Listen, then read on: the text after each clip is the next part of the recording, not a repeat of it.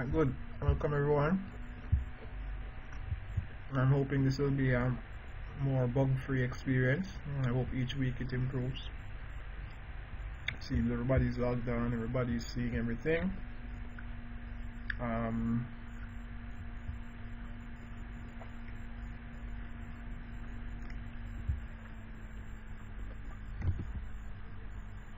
Okay, so today we're going to go into a new topic. The topic is really iteration. I'm eating a little while I speak, so please bear with me. I won't be eating for too long. So everybody can hear me, right? Everybody just say yes, yes, yes, yes, yes. So I know I'm loud and clear. Yes. Alright, good. Okay, so we actually started iteration already, believe it or not, because when we did the Jacobi and Gauss-Seidel, those were iterative procedures that were discussed. I didn't really go into much detail. I did do a little, not too much. So because we're going into iteration in this topic, I said, let me not go too deep into iteration with the linear system, because the principles of iteration with linear systems are the same as nonlinear systems. In fact, iteration has nothing to do with whether or not a system is linear or nonlinear. The truth is, a linear system is easily solved using what we call linear algebra. Now, algebra you appreciate is just that systematic way of manipulating equations until you can get it in a statement of the thing you want is equal to some function of some other things that you have information for. That's what you call expression function, right? I'm going to go on the whiteboard. Well, not yet. I won't go on the whiteboard as yet. I hope you understand that statement, that algebra really is about manipulating equations. And so when we were doing the linear systems, you were really doing something called linear algebra. It's really doing algebraic manipulations on several equations at once. And we use that structured approach, the structure of the matrix, to handle all of that. But because it's a linear system, it is solvable by algebra. However, there are several systems that aren't necessarily solvable by algebra.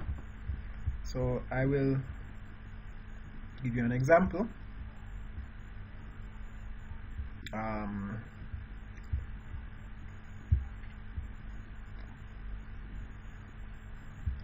Everybody seeing the whiteboard now?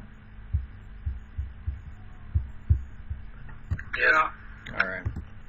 So I may have a statement like hold on.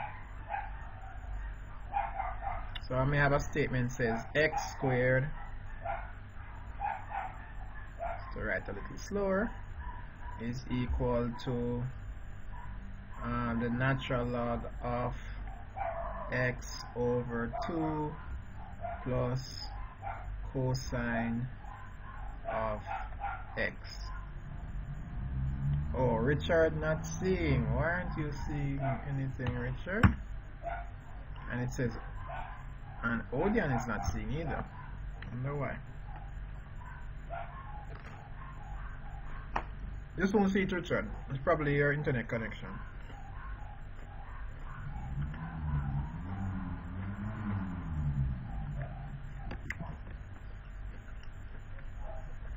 But anyway, it's being recorded, so just bear with me. Alright? So, when you have an expression like this and you're told solve for x, no way in heaven you're going to be able to put this statement. Now we are going to be able to put this statement in a expression that says x is equal to some function that doesn't have x in it. Alright? It's going to be pretty hard.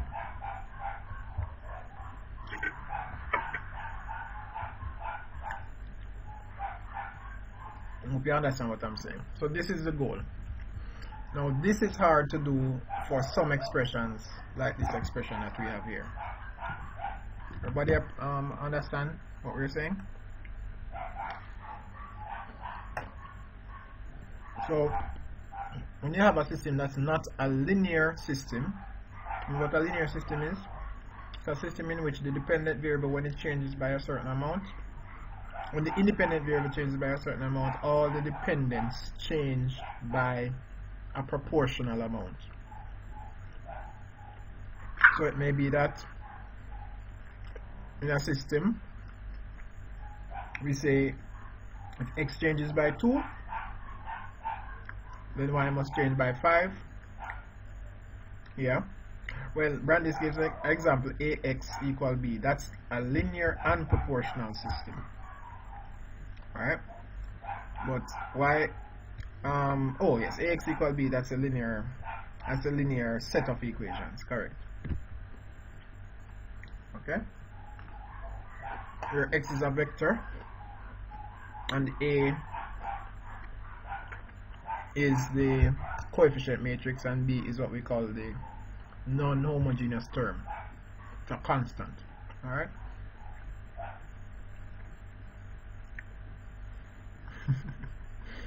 Alright. Don't mind the dogs in the background, please.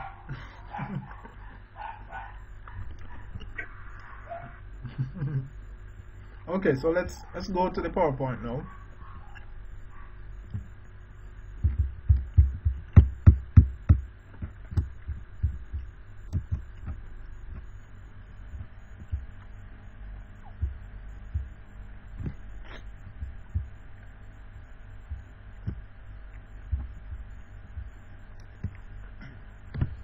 Everybody should be seeing it soon.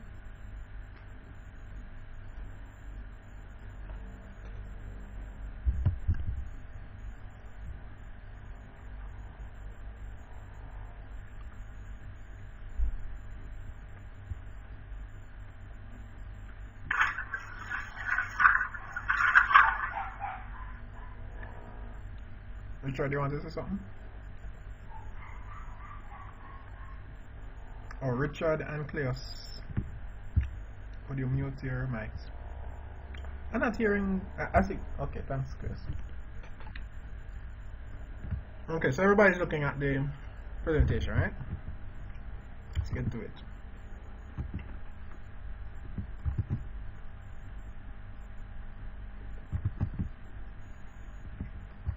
Alright. If there's anything or you want to say something, please don't from now on, unless it's just, if you need to get my attention, please say something, as I'm not always looking at the chat window, right? If you need to get my attention. Okay. So for today we're going to look on what is called iteration and root finding. Root finding is not quite the same thing as iteration. The more general thing is called iteration, but traditionally sometimes they call it root finding. We will see the difference soon enough. We look at some examples and we look at different types of iterative techniques and the different criteria or the way we group these different types of iterative techniques. Alright? So these are the iterative techniques we'll be looking at. 6 of them. The last one not in too much detail. And please also appreciate that the Jacobi and Gauss-Seidel are also an iterative technique that you should be aware of. Okay, it's not going to be covered in this, but the principles will you'll be able to transfer over to those also. Remember that Jacobi and Gauss-Seidel again are for linear systems, iteration applied to linear systems. However, these methods, bisection and so forth, are really applied to one equation, not necessarily a set of equations. Alright? Okay. Also, please, everybody on your own, I was going to tell you to go on this, we're going to go to this website, but don't worry about it. I'll also have the website streaming so you can see what I'm doing on your monitors. Okay? Okay, so what is iteration? Let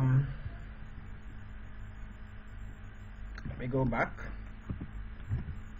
I want to define iteration, but I want to take my time. I don't want to jump into it because people have a way of reading before they listen. So what do you understand iteration to be? Everybody can talk. You can unmute, give you a little perspective, and so forth. I believe it's iteration. You start with a guess and you improve it with a second best guess. Okay, good. So that's one important characteristic is guess and second best. Good. Anybody else?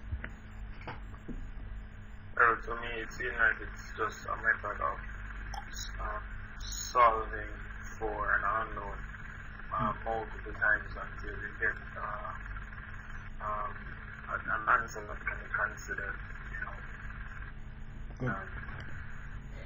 All right. So, right. So good. We're adding to our definition. So the first person said guess, and then a second guess. The second person said multiple times until you get to a answer that you're comfortable with, pretty much.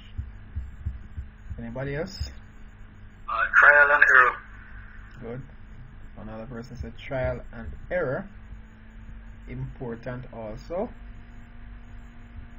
Alright, so I believe the iteration is trying to solve an equation. You start out with an initial guess, and then you repeat the procedure using the whatever solution from the first guess until you start to realize the answers are similar. Okay. So it is repeating, getting a solution and repeating the solution until you see the answers becoming similar. Good. All of those are pretty good. So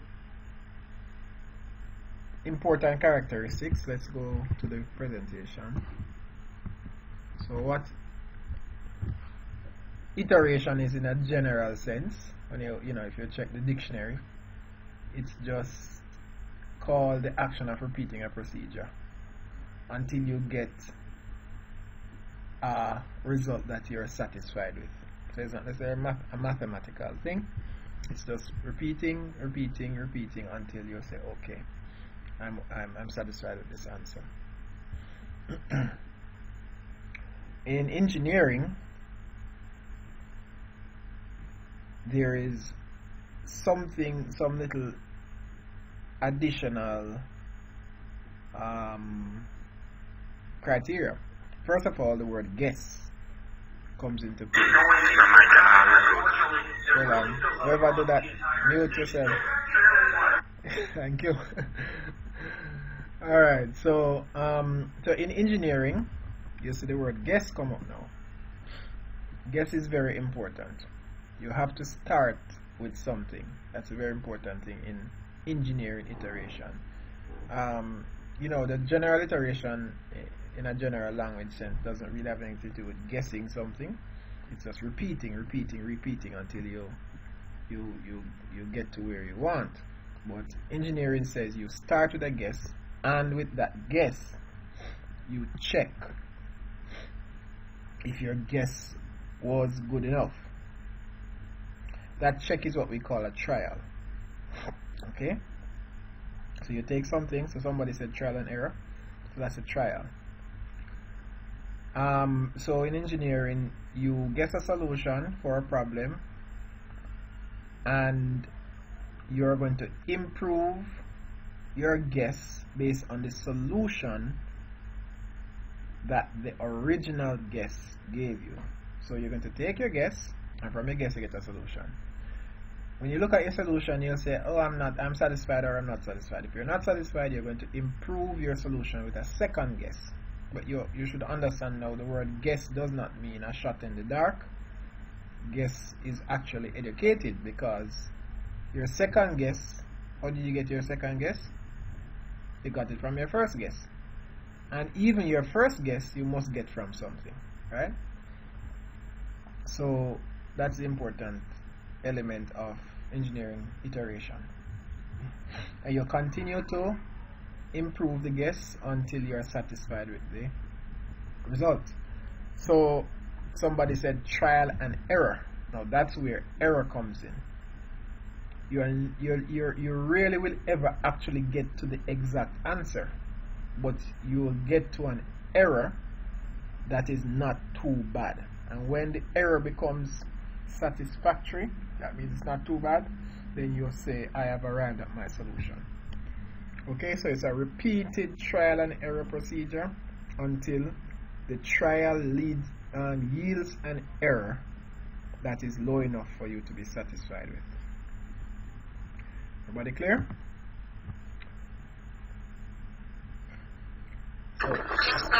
Alright, so this is where the error part comes in. Repeat, trial and error, repeated trial and error. Mathematically, we could say this is what we're doing. We are trying to solve this expression.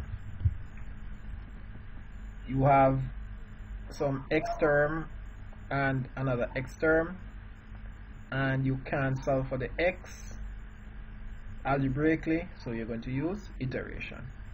Let me give you an example. So here we have a case in which, let us say we know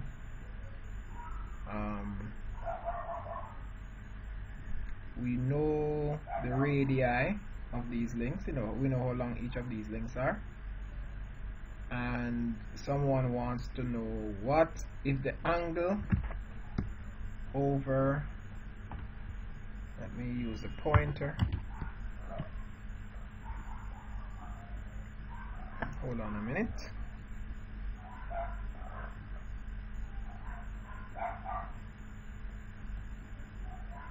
Folks, give me a second. I am being summoned to do something. I'm begging you briefly for a little. Give me a second, alright? Everybody hear me? No problem. Alright, thank you.